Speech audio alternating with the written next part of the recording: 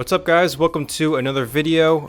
Really excited for the fourth installment of this series that we've been doing. For those who don't know, once a month I let my viewers ask questions that they have for Brian Gannon, who is the creator slash owner of All Things Chaotic. And he has been generous enough to offer to take part in this series.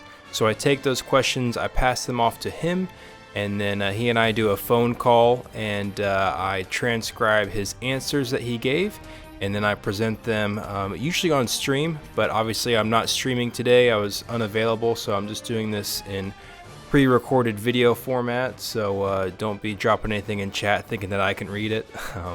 But yeah, really excited. This is probably one of my favorites that he has done, or that we've done, but for those who didn't see the update, this was previously something that only my channel members could ask questions for, but it has now been changed so that any one of my viewers can ask a question. Just go to the community tab on my channel page, and you'll see the thread there where you can ask a question for Brian Gannon for next month. Again, that's available for everyone. But I will obviously not be able to ask him 1,000 questions, so I'll just have to take a handful, and hopefully he can answer as many as possible. But yeah, without further ado, let's jump into this week's questions and answers. First up from Andrew, shout out Andrew. He said, in this new age of technology, do you think we'll ever see a physical scanner that would allow you to scan your cards and battle other people with scanners, or through the internet, or that just scans your cards and sends them to a chaotic game if we see a reboot? So basically, the scanner from the TV show, will we ever see a physical representation of that in this new age of technology? Considering Chaotic was released 15 years ago, a lot has changed. Gannon's answer was yeah. And now with the Samsung smartphones and the iPhone, we could write an app that is specifically based for Chaotic players. So I think that's kind of the obvious answer, but the encouraging one as well, that Chaotic was a bit ahead of its time. And with the current technology, I think Gannon and whoever else is taking part in working on the reboot, obviously incorporating technology in the ways that it's progressed to do things like mimic scanners will be a huge benefit for the brand, and it's good to know that they're definitely thinking in that direction. Number 2, Reese. He said, apologies if already asked, was the show lore made entirely by the animation studio / writers, or were you the director for the show as well? Maybe a better way to phrase it is, to what degree was your involvement in the show? Excuse me. Gannon had a really nice answer, which says, I was involved in every single episode as an executive producer and as a creator. And 4Kids Production Studios was very open and allowing me to do that. I traveled to New York City every week of the 79 episodes to be a part of the writing team. Side note, that's kind of crazy because I believe Gannon was living in San Diego at the time, so flying across the country to do that every week is a ton of traveling. But anyways, continuing on with Gannon's quote, he says, Martin Rolfe, he provided his input to Rob and I, and we made sure that when we reviewed the scripts, we all reviewed them together. We made sure that the card mechanics were correct. For those who don't know, sorry, I'll say end quote when I'm talking. End quote. For those who don't know, Martin Rolfe is the one who kind of had the original script or story for Chaotic. He wrote the Chaotic Bible. We've talked about that a couple of times. It's basically the blueprint for all things Chaotic. He is actually the original creator of that storyline. Continuing on with Gannon's quote, he says, then we reviewed that with our production team to make sure it was something we could actually produce inside the game. And at times, slight adjustments to the TV show were made in order to keep the card game correct inside of the show. But we made sure that the show was not an advertisement because you're not allowed to do that. In the Bible, as we wrote our card production and our card releases to coincide with the first run of an episode. So if a new location or a new weapon or a new creature was going to be brought out, We made sure that there were cards on the shelf to echo that, end quote. I think all of us Chaotic fans, especially those who were fans back in the day as kids watching the show and buying cards, playing with them, we can all testify to the fact that that is a huge part of the draw of Chaotic, and something that I obviously am biased, but I think that they executed far better than I've seen anyone else execute. Sure, there are similar brands like Pokemon, obviously has huge success. Yu-Gi-Oh had its own TV show. There are others, but those are, the two big ones that come to mind as far as having a TV show and a trading card game. But I don't believe there's been anything that has really come close to the level that Chaotic was tying together their world building in the TV show as well as their trading cards. Every trading card you look at, you are getting another piece of that story that you are engaged in. When you watch an episode, you learn more about your cards, and when you look at your cards, you learn more about the episodes.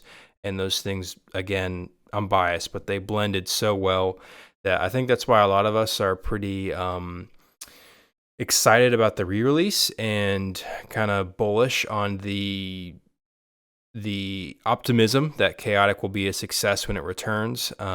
So yeah, it's cool to hear him kind of speak about how intentional that was. Next question. Is there a creature that Momark has created that he considers his greatest creation to date? And if the answer is yes, have we already unknowingly seen this creature in the show or cards before? So for those who don't know, Momark is an overworld creature, and he's kind of like the Frankenstein character of the world. He's known for creating creatures in his lab. Gannon says, I don't know that answer. I put an asterisk by it because he said that if I email this to him, he will try to pass it off to Martin, the guy I was just talking about who wrote the Chaotic Bible. So I'm sorry, Connor, that I do not have an answer for you. But you're kind of getting a bonus that your question is going beyond Gannon. It's going to Martin. So I'll do my best to get that answered, but I can't guarantee anything. But we'll see what he says. Nolarin says, I've always loved Nadrin, especially loved the episode with Nadrin and Afjack. Will Afjack return after being lost through the Dranicus threshold? Gannon says there is an opportunity for that to occur. As much as I think Gannon would like to expand upon that, clearly there are storylines that they never finished, and for Gannon to say that will happen or that won't happen, both of those are kind of concluding that storyline or giving too much of a hint, and I'm sure he would like to reveal those things through the proper means through the show. So it's kind of a bummer that he is obviously choosing not to answer it now, but I think we can all understand why. So it's cool to see that there is an opening for it, though. Next question.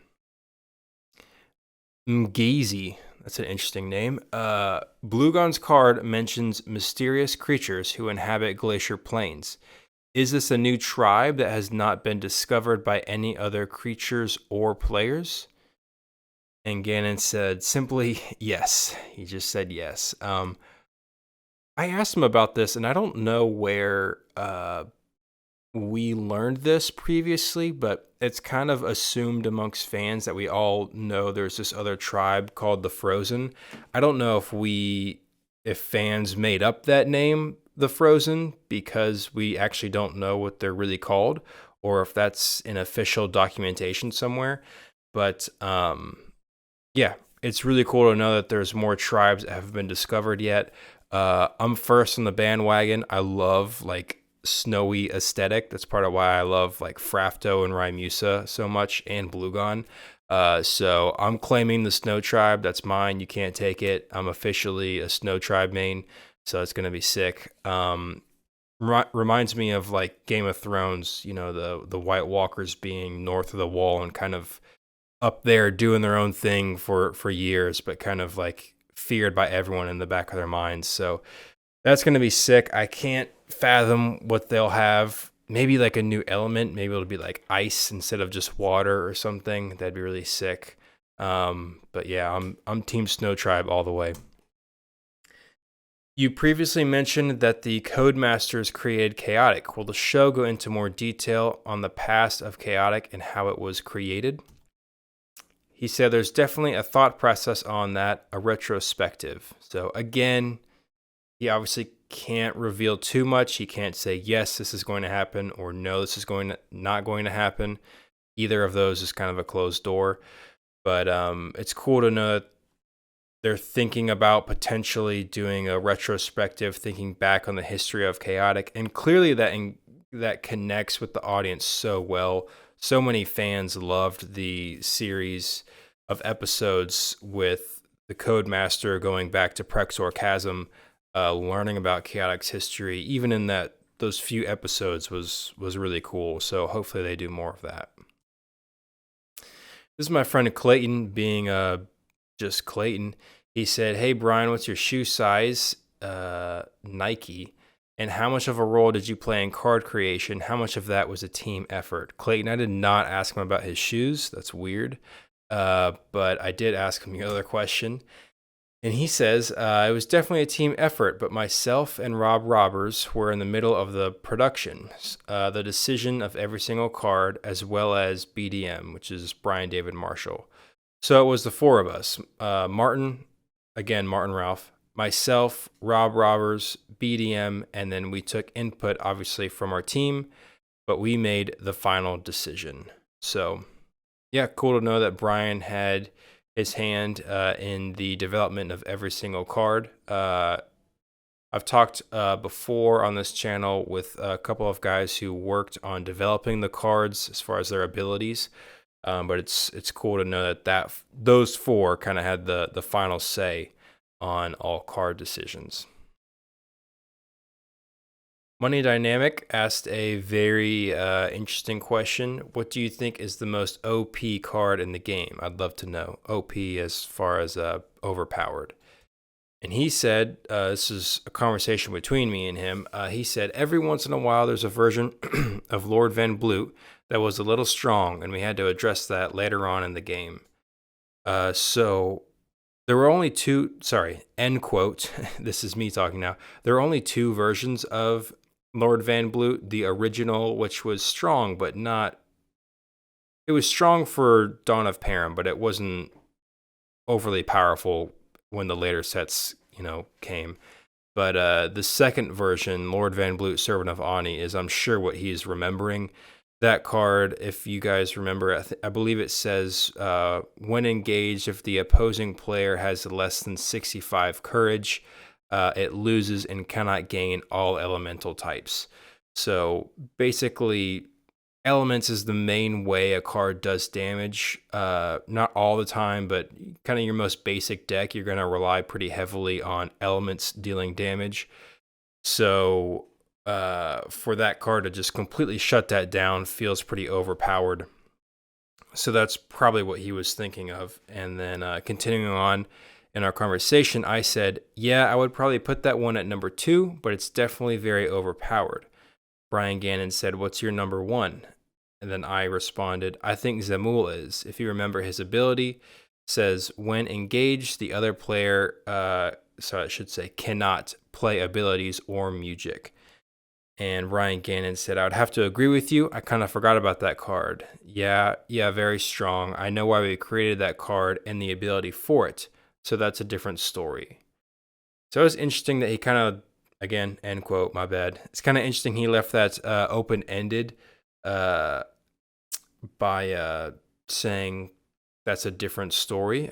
He knows why they created that card and the ability for it, almost implying maybe there was some sort of counter for it in the next series or the next few series. There was going to be something to counterbalance that Zemul card, but heard it here first. Gannon thinks Zemul is 1, LVB, Servant of Ani is 2, and I would have to agree. This guy says, hi, I got a question. Is there any, I believe he meant chance on seeing a sky-based tribe in the future based on a floating island? So believe you're kind of saying like any air-based tribe. Kind of makes me think of like Avatar the Airbender, how they were kind of like air-based people.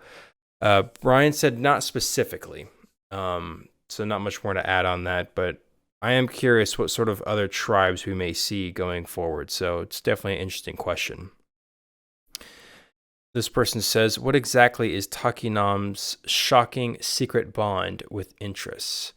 So, I believe it's one of their cards.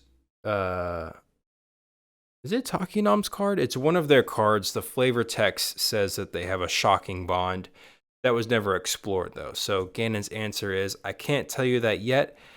That's a whole episode on its own. So, again, he can't give too many spoilers. So, but it is cool to know that I'm sure they're planning on exploring that in the future. Last question. Dear Brian, I was wondering if we have a publisher for the Chaotic Reboot card game yet, and just give me a yes or no, because you can't tell me yet. I'm not sure what you meant there, but you just want to know. Yeah, I would agree with you, sir. Although I feel like every time you guys ask questions, I try to make it clear, like, only ask past chaotic history questions, but I cannot blame you for wanting to know more. So I still asked it, and I was like, hey, as always, you don't have to answer anything that you don't feel comfortable with. He gave as about as much of an answer as we could hope for, but it's still good news. He said, quote, we have as much momentum today as we've ever had during the quiet period. So not entirely sure what he means by the quiet period, if he means those 13 years where we had, no movement post Chaotic being out of production. I'm assuming so, but it's good to know there is momentum. That's what we can all take from it. And as always, if I have any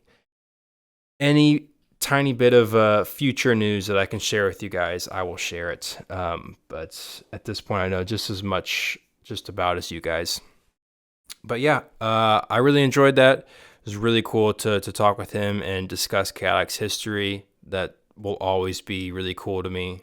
As I've said before, like, when I have to describe it to friends and family, the best way I can describe it is saying, like, imagine growing up being a giant Star Wars nerd and then getting to just casually talk to George Lucas on the phone about Star Wars lore and history. So it's very cool to me. Chaotic is my childhood, essentially. So I really love doing this series, and I'm glad you guys enjoy it as well. And your questions are always really interesting. Again, they are anyone can ask questions going forward. So go check out that thread and drop a question there, and I'll pull a handful of them. I will say they've been pretty.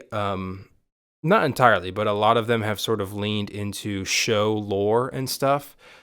My personal curiosity, I have a lot of questions I want to ask him about trading card, like print run numbers, why they did certain things in the print run. Like, one thing I want to ask him is why did they print first edition Dawn of Param rares with that foil only on the lettering, and then why did they switch to a different type of rare foiling?